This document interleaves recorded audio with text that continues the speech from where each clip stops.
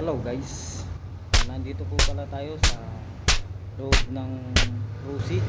So ako nga po pala si X Delta at nandito po tayo ngayon sa harapan ng chariot. So bibigyan ko po kayo ng tips kung paano po siya gamitin. Sige, tignan po muna natin siya. Ito po ang chariot.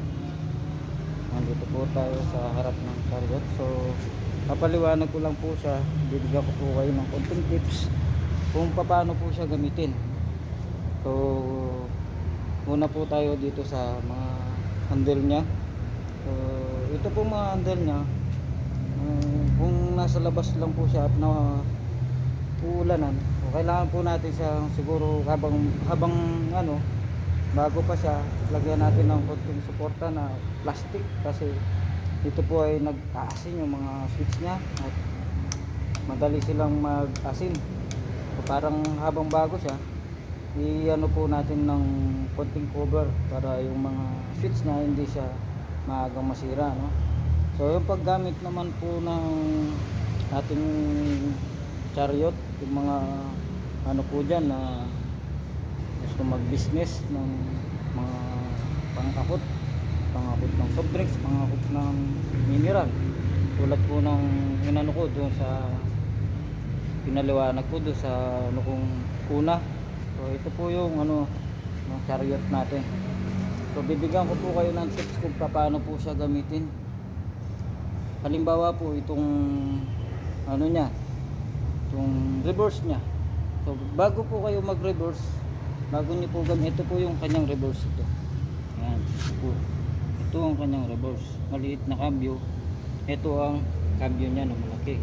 Nasa bandang ibaba niya. So bago po tayo magamitin yung reverse natin, kailangan natin tigayin ng konti itong kanyang clutch bago natin siya hapakan na patalikod. So yung reverse niya po ito, para di po masira yung gear niya sa loob ng makina, yung kaabante, para hindi po masira kaagad, no? Kailangan po natin anuin yung kanyang clutch, bigayin ng kaunti, tapos sabay hapak ng patras. Ito po yung kanyang atras. So kailangan po yung clutch nya para hindi po masira yung gear nya na paabante, para hindi po siya agad masira. Kasi halimbawa po ito, palagi itong nabibigla, mas dali pong masisira po kaagad yung ating diatras. So yung mga gear po niyan mabibigla. So ito pong niya na to na diatras, separate po siya sa makina na to. So yung gear niya nasa labas, pero yung niya mayroon po siyang kasamang gear doon sa loob, papunta doon sa loob. Nandito po yung niya, kaya pag ginapakan nyo ito, baka mabigla po yung kanyang makina. Para hindi po siya masira kaagad, so kailangan po natin siyang gamitan ng kunting clutch para di po siya mabigla. At yung kanyang mga change oil, so pagkatakbo po ng 500 kilometers, kailangan na po natin siyang first change oil. Pag naano po yun, after 3 months po siya, kung after 3 months, kasi mayroon din po siyang extra langis, yung mga gear oil, mayroon din po siyang gear oil na nilalagay. So ito po yung kanyang gear oil na pag kung saan po ilalagay. Ito po yung kanyang gear oil na lalagyan. So ang pagtanggal po ng kanyang langis is nandito po sa gilid. Ito po, ayan po yung kanyang sa gilid, tornilyo. Nandito po yung kanyang, ito po yung kanyang drain plug. So lalagay po siya ng gear oil dito, pinapalitan din po yan. So hindi lang po yun ng gear oil nya, meron din po siyang gear oil sa bandang likod, sa ilalim. So ayan po yung kanyang gear oil sa ilalim. Ito po, papakita ko po sa inyo ang pag ano niya. So ito po yung kanyang pag ano sa likod. Ito po, yan. Ito po, dito po pinapasok yung kanyang gear oil. So pag tapon naman po ng gear oil niya is andito. Dito po siya tinatapon yung kanyang gear oil. Dalawa po yung gear oil niya sa ilalim at dito sa may atras. Sa langis naman po niya is dito po siya change oil. Ayan po. Ito po yung kanyang drain plug. Tapos sa paglagay po ng langis naman ng makina is nasa likod, ay nasa kabilang side. So ito po yung paglagay naman ng kanyang langis. So ito po yun. Ito po siya linalagyan ng langis. So ito po kasing chariot na to para ka rin gumamit ng sasakyan. So mayroon po siyang ano, high and low. Mayroon po siyang high and low. Yung high and low po niya na yun, ito po yun. Ayan, mayroon po siyang high and low. Ito po, mababasa po natin na high and low. Ayan. Yung high po niya, kung tumatakbo po kayo ng mabilis sa daan na diretso lang yung daan, pwede po siyang high.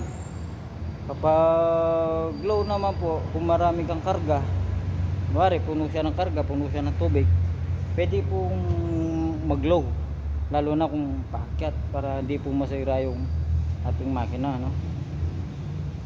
Tapos yung ano po niya, mayroon din po siyang handbrake.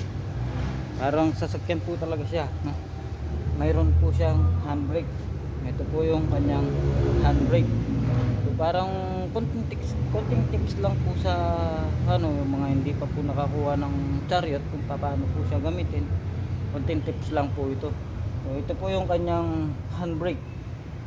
Kunwari magpapark po kayo, may karga yung mga chariot. So, kailangan nyo po siyang, kahit na nakakambyo siya, kailangan nyo pa rin handbrake para safety first.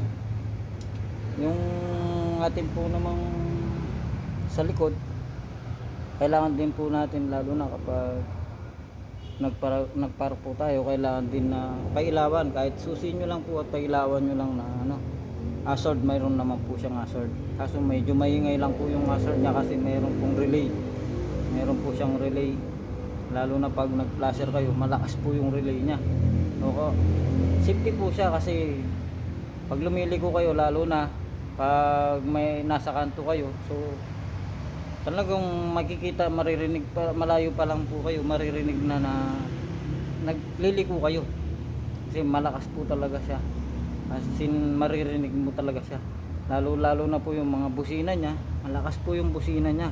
At dalawa po yung busina niya, ito. So, dalawa po yung busina niya kabilaan, malakas po to. So kahit malayo ka, maririnig mo talaga. Sa safety po siya sa daan. Ito po yung kanyang ano, no?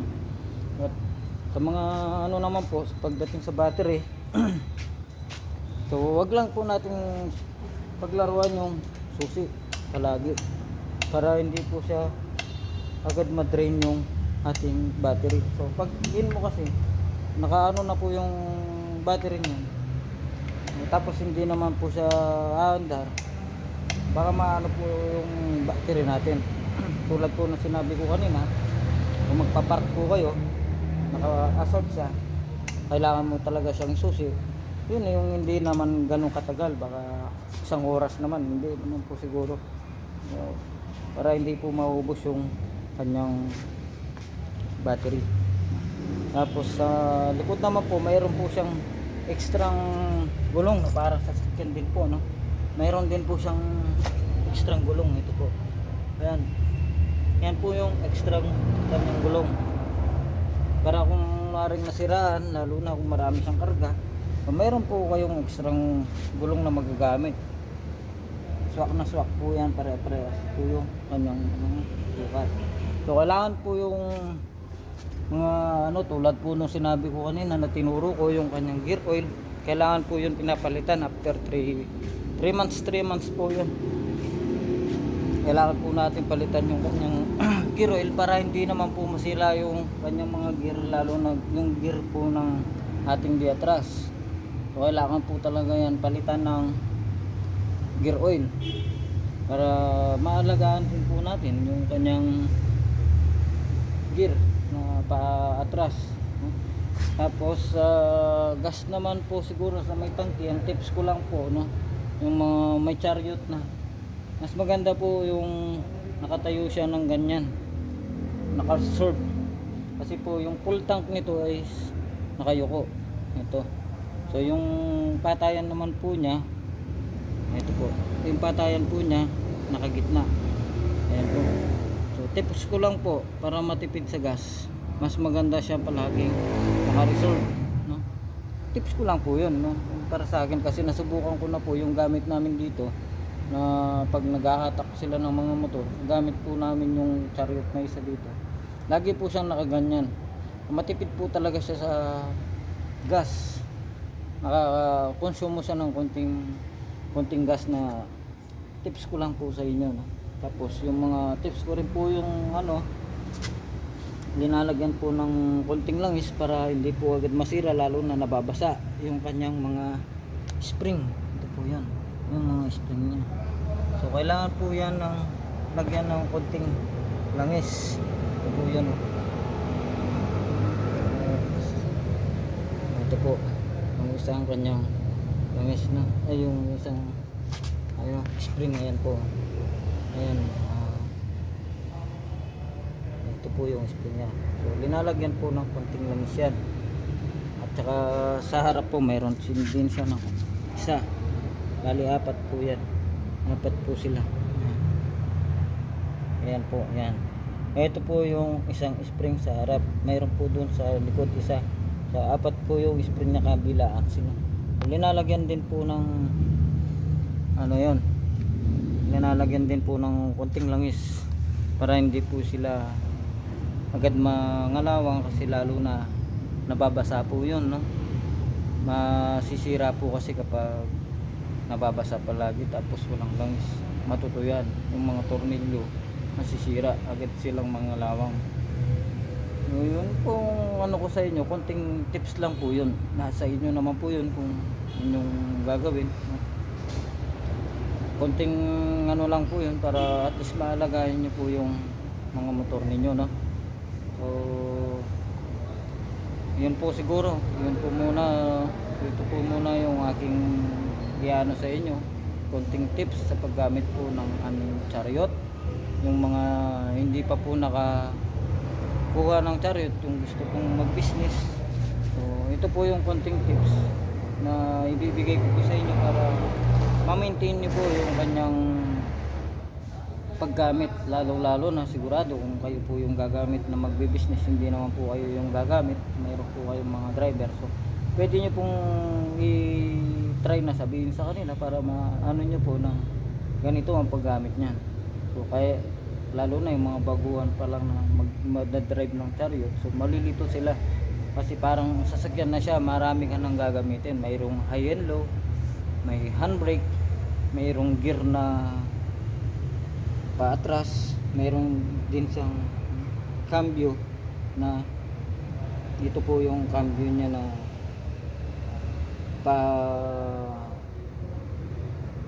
yung 5 gear. Ito po yun, ito po yung 5 gear na, ito po yung di atras, yung maliit po siya ito. At sa paghapak naman po nito, kailangan ingatan din kasi pag niya, kailangan ingat din po yung paghapak niya, hindi talagang bigla, no? Huwag yung ganong bigla yun. So dahan-dahan lang, makukuha naman po yan. Sabayan nyo ng konting gas pag baba nito, kasi malambot lang siya, no? So yun po mga ka-ex, hanggang dito lang po muna. Sa susunod na episode, ibibigay ko po yung mga konting tips ko sa mga mahilig mag-rides tulad po nung Flash 150. Ibibigay ko po yung tips niya kung paano gamitin kung bago kayo mag-rides. So magkita-kita po tayo sa susunod na aking episode. Hanggang sa muli, ako po si X Delta. Paalam.